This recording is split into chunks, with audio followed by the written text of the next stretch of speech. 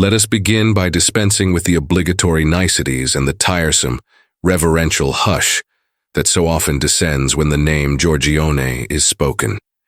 You have not come here for the polished lacquer of a museum plaque, or the tepid, bite-sized summaries fed to the culturally curious but intellectually lazy. You are here because you suspect, quite rightly, that behind the luminous, dreamlike canvases of Giorgio Barbarelli da Castelfranco, there lies a story far more complex, more visceral, and altogether more human than the one you have been told. You sense a shadow, a dissonant chord beneath the harmony, and you wish to understand its source. I applaud your instinct. It is a rare and valuable thing in a world that prefers its geniuses to be saints, its masterpieces to be simple puzzles, and its history to be a clean, well-lit corridor. The history you have been given is a fiction, a beautiful and enduring one, but a fiction nonetheless.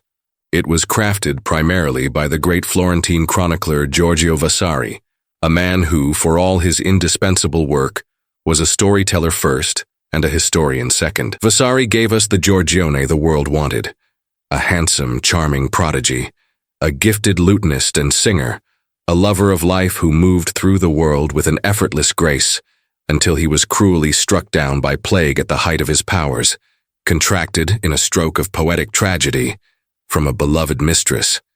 It is a perfect Renaissance narrative, a tidy and romantic tale that has been polished to a high sheen by 5 centuries of art-historical sentimentality. It is also a lie. Not a deliberate, malicious lie, perhaps, but a profound and misleading lie of omission. To find the true Giorgione, the man whose work detonated the placid artistic landscape of his time, we must be willing to get our hands dirty.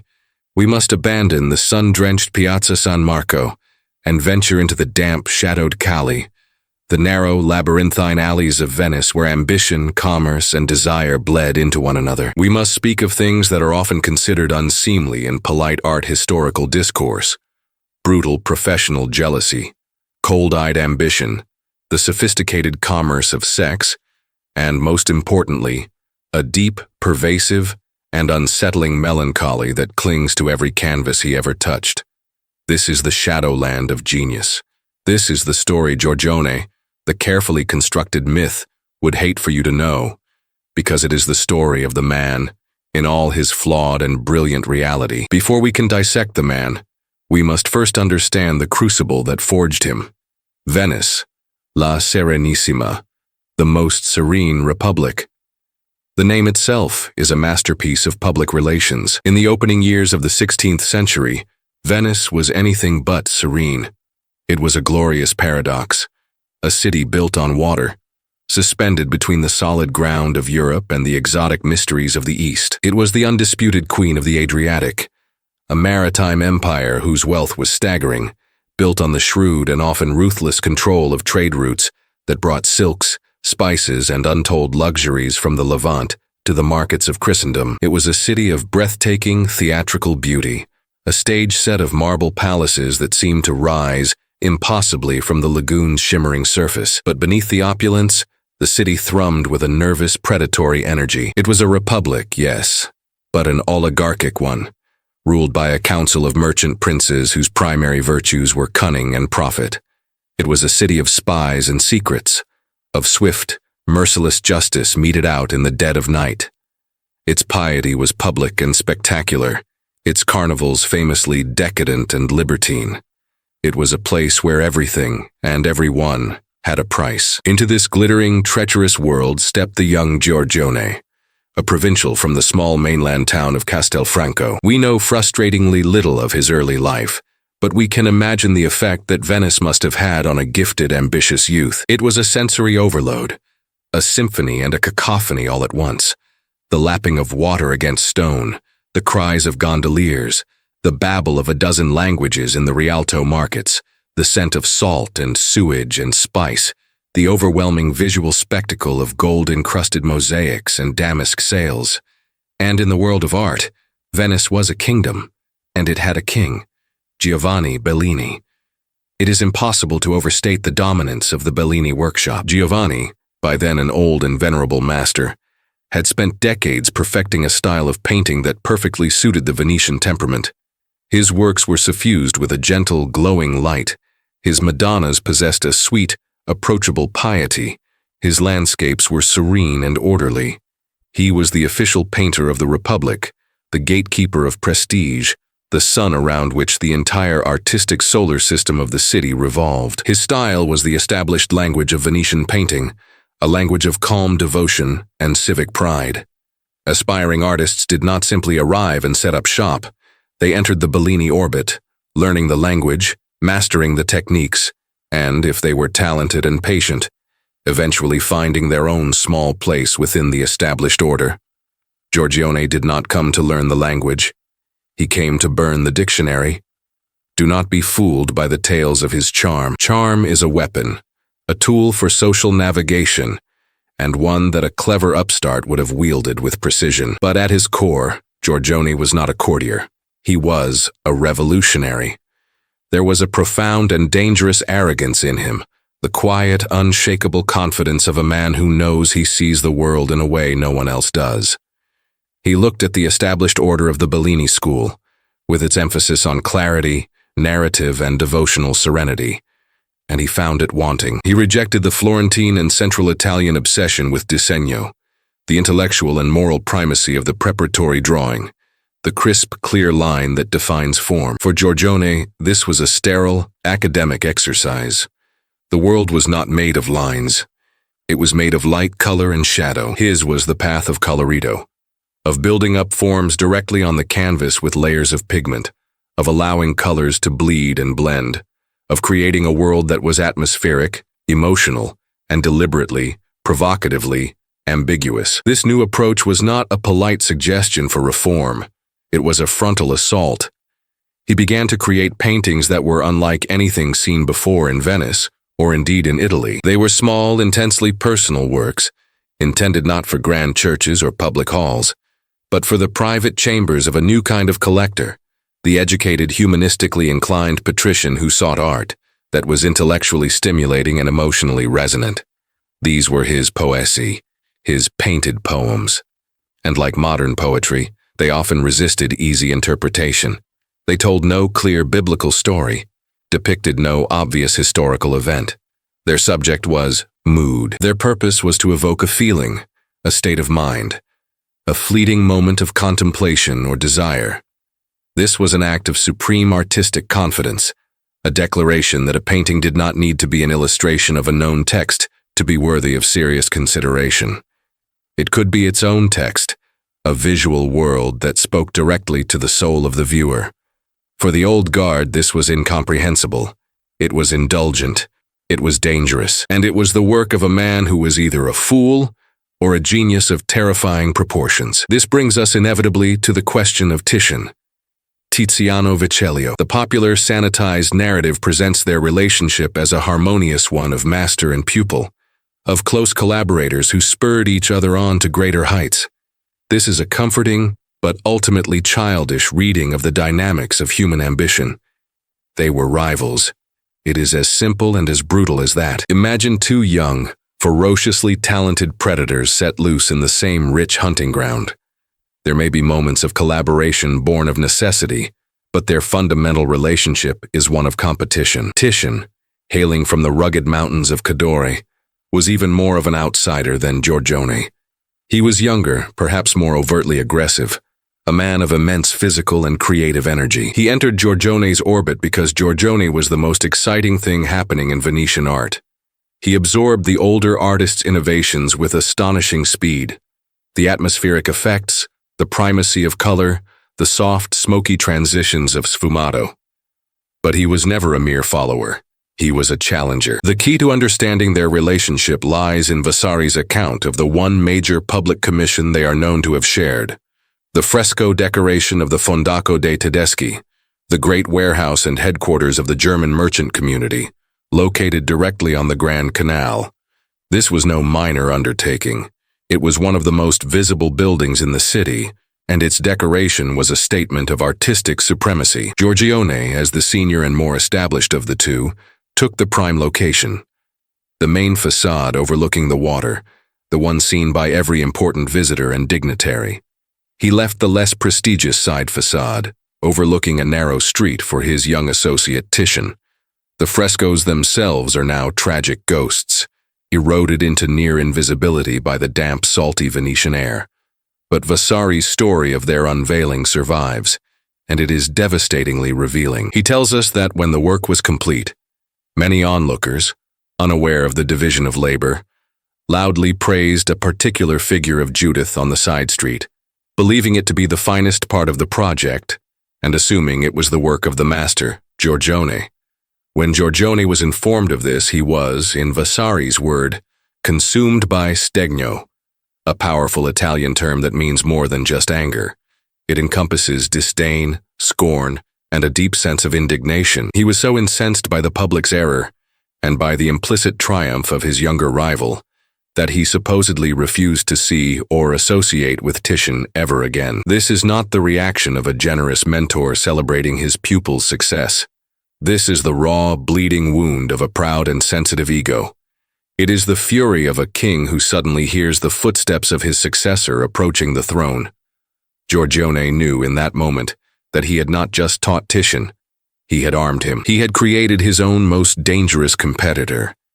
Theirs was a cold war fought with glazes of oil paint, a tense dialogue of influence and counter-influence.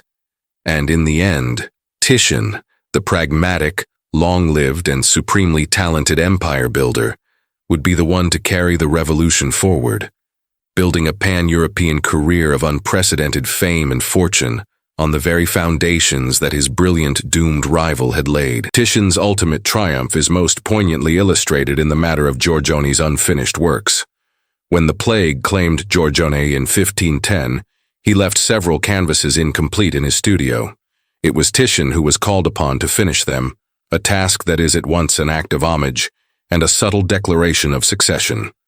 The most famous of these is the magnificent Sleeping Venus, now in Dresden. Here, we see the very soul of Giorgione's art, the serene, perfectly idealized female nude, asleep in a landscape, her body a single, flowing, lyrical line. It is a vision of sublime, untouchable beauty.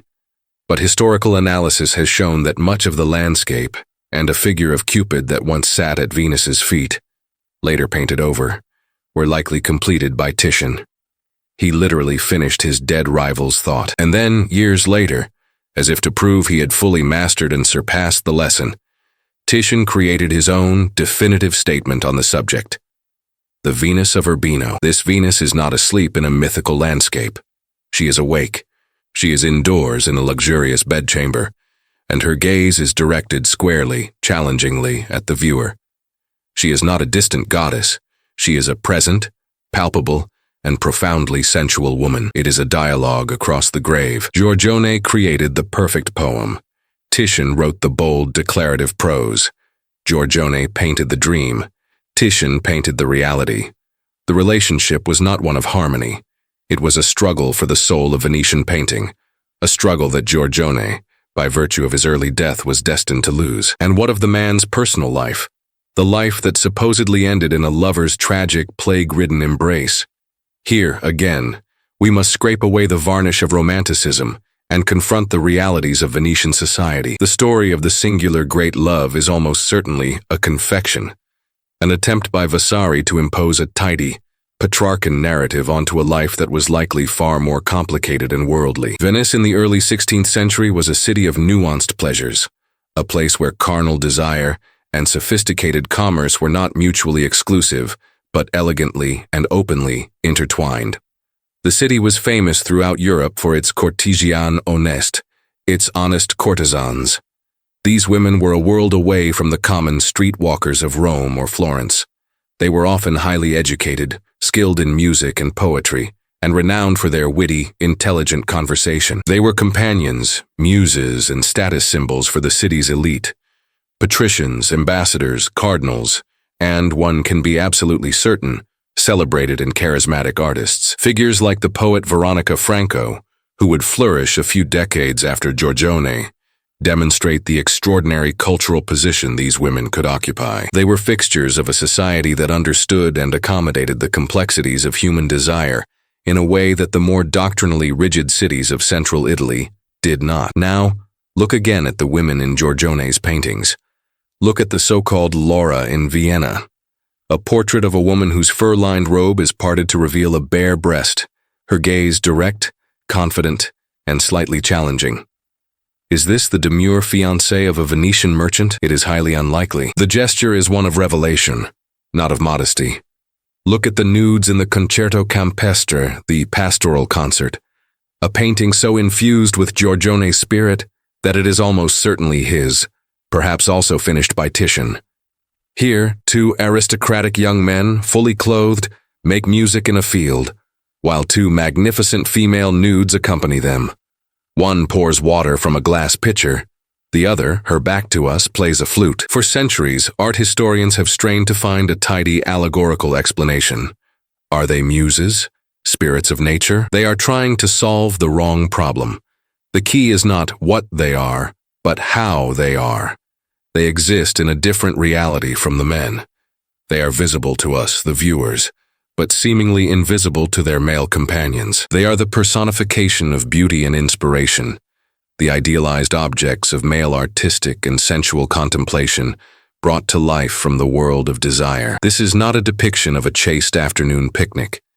It is a sophisticated humanistic exploration of inspiration, nature, and desire, conceived in a world where the lines between the muse and the mistress were elegantly blurred. Giorgione, the handsome, celebrated Big George, a man at the very pinnacle of his fame, would not have been living a life of monkish devotion or singular, idealized romance. He would have moved in these circles. His life was likely one of passionate, intellectually stimulating, and perhaps emotionally transient encounters. To deny this is to willfully ignore the very atmosphere of the city he inhabited and the palpable, sophisticated eroticism that animates his greatest works. This brings us to the heart of the matter, to the true dark side of Giorgione. It is not a story of conventional villainy or vice. It is something far more profound and far more modern. It is a story of a pervasive, unshakable, and deeply creative melancholy. To find it, we need only stand before his most famous and most inscrutable painting, The Tempest.